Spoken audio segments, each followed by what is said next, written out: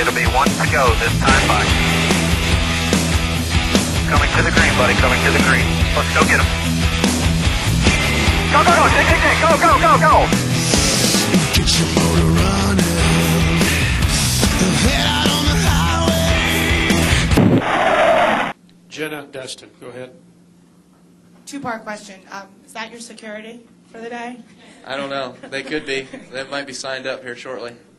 Junior talked this morning. He said he can't be too much of a hypocrite because he ran over you in Kansas. I'm kind of wondering, that had much bigger implications. That sort of eliminated you from title competition. This was just a race in Richmond. Have you at all wondered where the outcry was? I know you're not Dale Jr., but have you wondered where the outcry was when he did this to you?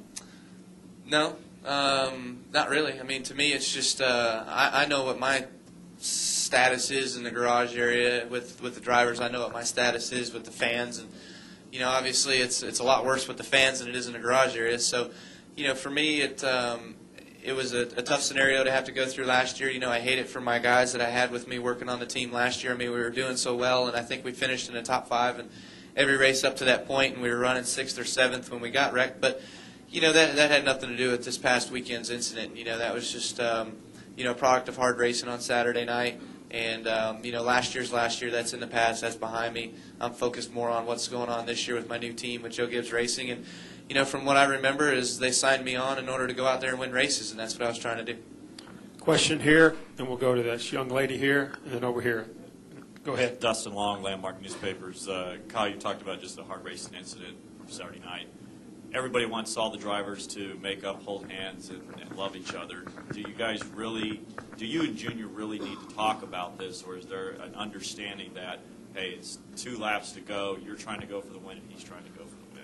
Well, I hope we can talk about it and put it behind us. I've reached out to Junior. I've called him earlier this morning and got his voicemail. So I don't know what time he got here to get on track or whatnot, but hopefully we'll either see each other in the garage or he'll get back to me later or whatever. But maybe even tonight at Cinco de Mayo, we might even go party it up a little bit. So we'll see. What would you need to say? I mean, basically just talk it over a little bit, see what his feelings are, and what his what his outlook on the whole deal is and everything. I mean, I don't know what he said in here, but that could be different than what he talks to me about. So he's grown up knowing one of the best in the sport, and so I'm sure he's got a lot of knowledge that he can still relay to me. So I'd like to listen. Go ahead. You said that he could see your tires turning right into Junior. When you hear something like that, I mean, is that just completely ludicrous? Well, when you get loose, I think you would turn right to try to correct and save your race car. So I don't recall anybody ever getting loose and turning left. So, I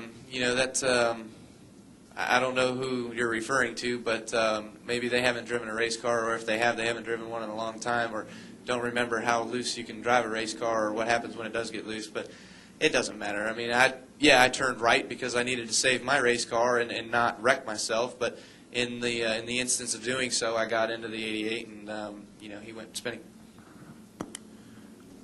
Question here, then we'll go to David, and then I think David Poole, do you have a question? All right, and then we'll probably got to wrap it up. Go ahead. Larry Lang XM. I am following up on noticing there's security here, and I want to ask Scott, because he doesn't know, why do we have security here? Is it for Kyle? Kyle, Humpy couldn't make it down for the lunch portion, but knowing that you were going to be here. I knew Humpy had something knowing to do with that something. He's tight with you. He did want to send some guys down and say, these guys will be here at your discretion for whatever you need throughout this test. That's awesome. I had the same thing yesterday in Madison, so the more help I can get, the better. Right. All right, now we'll go to David Newton and then end with Poole. Go ahead. Did you really have extra security at Madison? And have you had, threats or anything? Because we want to know what it's really like to tick off Junior Nation. Did I have extra? Yeah, I mean, we always have security when we go to other races anyway, so it was just 1 or 2 guys that were there with us. We've always had that ever since I went to Oxford 250 the first year. So, and then have I gotten any death threats? No, there's not been any death threats. I mean, that would be ludicrous, I guess. I haven't seen them. Maybe they're out there, but I haven't seen them. So I hope that my well-being is safe in this deal, and that, since Junior ended up okay, then hopefully I can end up okay. I will end right over here with David. I think he had one. David Poole, Star Observer. When you go into a situation like that, a turn like that, educate us on what the etiquette is. I mean, I think that sometimes we have people who want to know. Supposing somebody said you went in 50 feet too far and knew you couldn't turn, we're going to use Junior to help you turn. And what's the etiquette when you're, or is there etiquette when you're racing for the lead? I mean, what's the line that a driver knows not to cross? And does that change with the situation? Does it change with the person? Just try to take us through the thinking of that. Well, I mean, there's a lot that goes into passing somebody in general, but especially when it's the it's the last restart, or probably the last restart. You've just come up, have taken the green flag, so you're trying to get used to what your car's doing on the restart for one. You're trying to get used to warming the brakes back up for two, warming the tires back up for three, and learning how far to judge yourself getting into the corners and everything. So there's a lot that goes into that.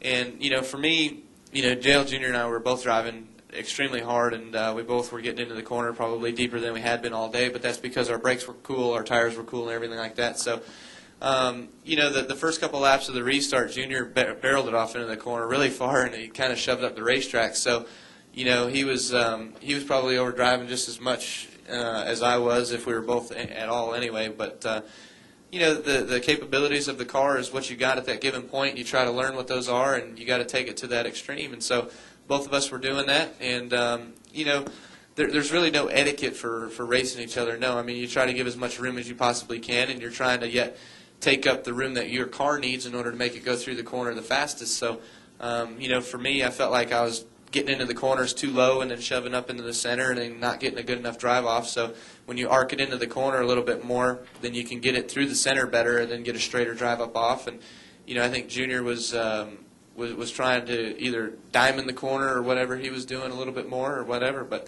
end result was we made contact, and hopefully the past is the past now, and we can move on to the test session here at Charlotte, and get on into Darlington, have a good race there, and race everybody the same way we have all year long. Kyle, thanks a lot. We appreciate your time today. Good luck. No problem. Thanks, Gary. Now going to be calling